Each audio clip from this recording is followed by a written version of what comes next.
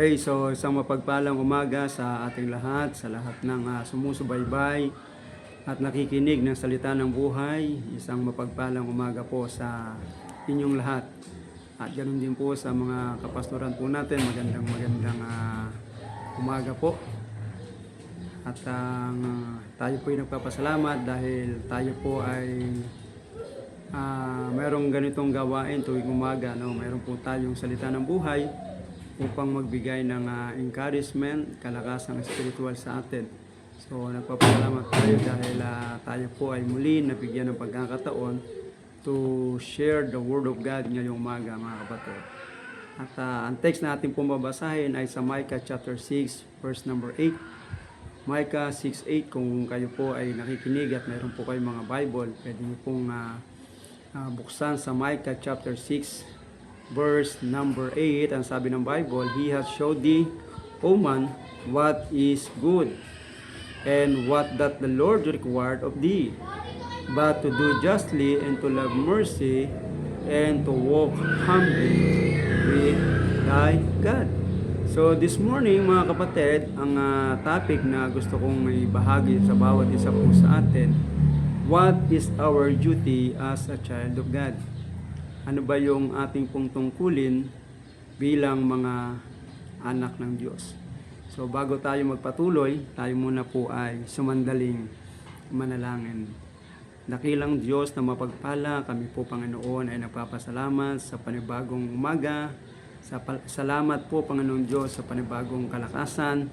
At salamat po Diyos sa ganitong gawain Panginoon na kung saan po kami po araw-araw, Panginoon, ay meron pong salita ng buhay. At ito po, Panginoon Diyos, ay patuloy na naging blessing sa aming mga buhay. Lord, pagpalain niyo po ang programang ito. Pagpalain niyo po ang mga tao na ginagamit niyo, Panginoon, upang magpatuloy ang ganitong gawain, ganito pong ministry, Panginoon. Ganon din po ang mga nakikinig, ang mga anak niyo pong taga-subaybay, Panginoon. Pagpalain niyo po sila, bless niyo po kami. Gamitin niyo po ang devosyong ito ngayong umaga na maging kalakasan po namin espiritual. Maraming po salamat, Panginoon. Patawad muli sa aming mga kasalanan at mga pagkukulang na nagagawa po sa inyo. Ang lahat pong ito ay dalangin po namin sa tanging pangalan ng aming Panginoon Hesus na tagapagligtas. Amen. Okay, so muli, magandang umaga sa ating pong lahat. Sabi ng Micah chapter 6, verse number 8, He hath showed thee, O man, what is good, and what that the Lord required of thee, but to justly, and to love mercy, and to walk humbly with thy God.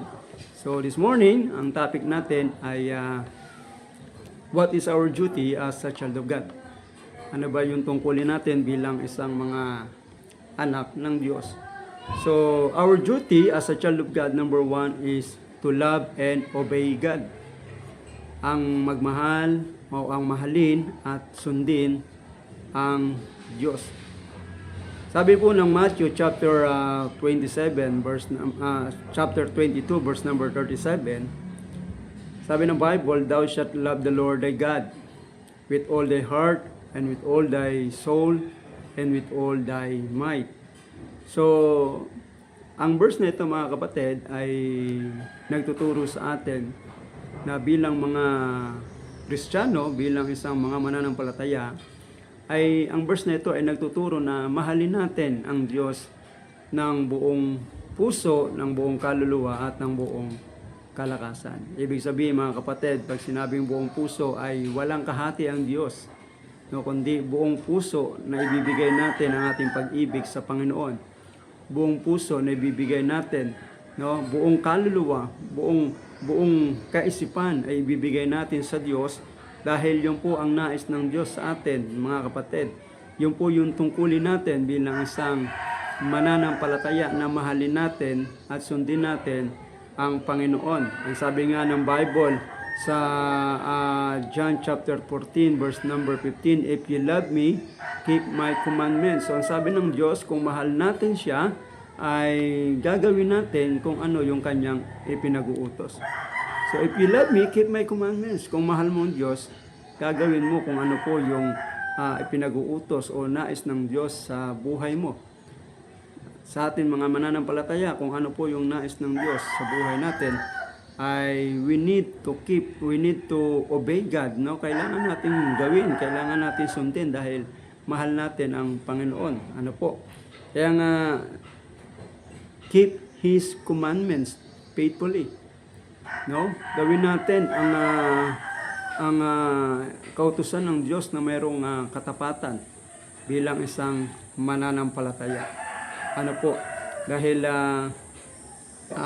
nais ng Diyos na gawin natin, no, yung kalooban ng Panginoon.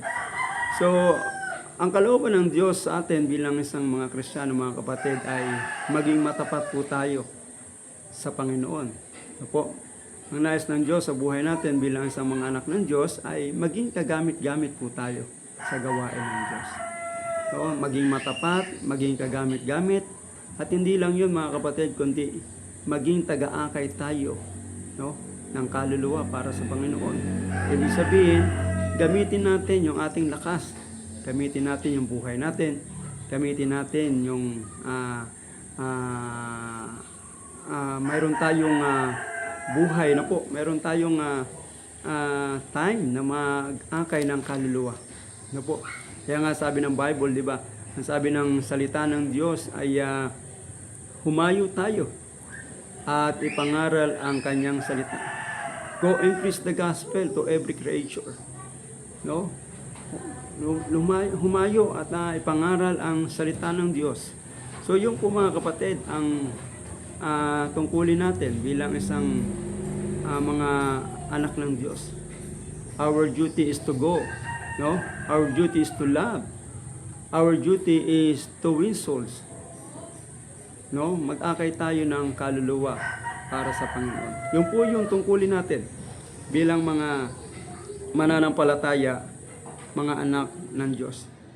No? So, number 2, to live a holy life. Ang nais ng Diyos, no, sa buhay natin bilang mga anak ng Diyos, our duty is to live a holy life.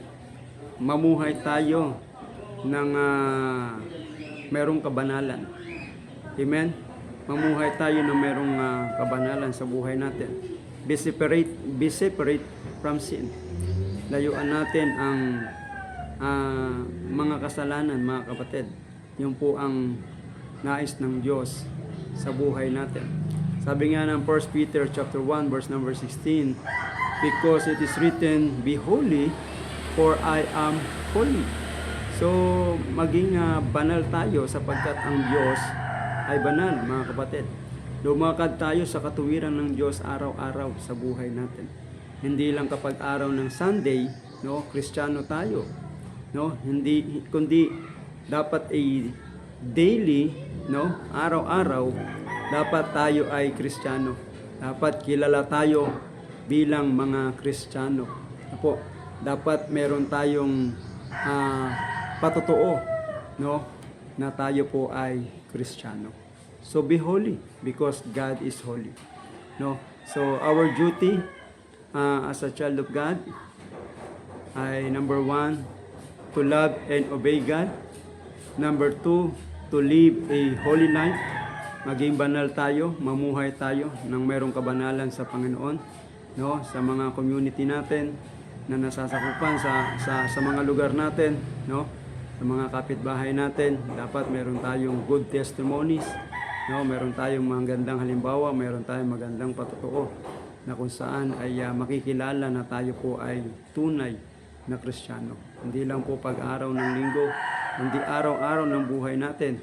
Dapat mga kapatid, tayo po ay makita ng mga tao na tayo po ay Kristiyano na mayroong takot sa Diyos. Kakaibang buhay na po, maging kakaiba po ang buhay natin, no, bilang isang mga anak ng Diyos. Po, dapat makita ng mga unbeliever, ng mga hindi mananampalataya na iba ang buhay natin, no, na tayo po ay binago ng Diyos, na tayo po ay merong pagkakilala sa Panginoon. Ano po? Merong pagkatakot sa Diyos. So, to live a holy life. Number 3, what is our duty as a child of God? So number 1, to love and obey God. Number 2, to live a holy life. And number 3, to serve and win souls. Yun po yung tungkulin natin mga kapatid. To serve and win souls. Maglingkod at mag-akay ng kaluluwa. Sabi nga ng Bible, sabi nga ng Matthew chapter 5 verse number 16, let your light so shine before men, no, that they may see your good works and glorify your Father which is in heaven. So you must preach the gospel and brings other to Christ. No, kailangan natin maging ilaw ng sanlibutan mga kapatid. Kailangan natin ipangaral ang salita ng Diyos. Kailangan natin ipakita yung liwanag na mayroon tayo. Ang liwanag kung ito ay walang iba kundi ang Panginoon, no? So kailangan makita na tayo po ay Kristiyano, no, na nag-aakay tayo ng kaluluwa mga kapatid. Preach the gospel in every creature. So, ipangaral natin mga kapatid ang salita ng Diyos, no? Ipangaral natin mga kapatid ang kaligtasan, no? Ipangaral natin ang pag-ibig ng Diyos, no? Dahil ang pag-ibig ng Diyos mga kapatid ay para sa lahat. The love of God, no? Ang pag-ibig ng Diyos para sa lahat. Ang pag-ibig ng Diyos ay libre mga kapatid. Ang pag-ibig ng Diyos ay walang pinipili po yan. Ano po? Lahat ng tao mahal ng Diyos. Kaya tayo po bilang mga Kristiyano at bilang mga mananampalataya, bilang mga anak ng Diyos, tungkulin natin mga kapatid na ipangaral ang ebanghelyo ng Panginoon. Ano po? Hindi lang po ang pastor, hindi lang po ang worker, kundi ang bawat Kristiyano, ang bawat mananampalataya ay tungkulin na mangaral ng salita ng Diyos. Ano po? Kailangan natin yan mga kapatid bilang isang mananampalataya. Mark 15:15, go and preach the gospel to every creature. Yan po ang sabi ng Biblia. Maging humayo tayo at mangaral ng salita ng Diyos. No? As a child of God, bilang mga anak ng Diyos, our duty mga kapatid ay maging mapagmahal, na maging tagasunod ni Kristo, mamuhay na mayroong kabanalan, na mayroong magandang patotoo, at maglingkod tayo na mayroong katapatan until the end, no? Mamuhay tayo, maglingkod tayo na mayroong katapatan sa Panginoon hanggang sa matapos, no? Hanggang sa matapos ang buhay natin, hanggang sa matapos ang mundong ito, hanggang mag-rapture. Mga kapatid, maglingkod tayo ng maayos, maglingkod tayo ng maging matapat po tayo sa Panginoon, mag-akay po tayo ng kaluluwa para sa Panginoon. Yun po yung tungkulin natin. Yun po yung ating duty bilang isang mananampalataya. Tayo po'y manalangin. Ama namin Diyos, maraming po salamat sa umagang ito. Salamat po sa wisdom. Salamat o Diyos sa inyo pong mga salita. Pagpalain niyo po ito, Panginoon Diyos. Ito po ay maging silbing kalakasan ng aking pong spiritual na buhay. Pangalan ng Panginoon Jesus, Amen. Kaya sa muli, magandang umaga at maraming salamat and God bless everyone.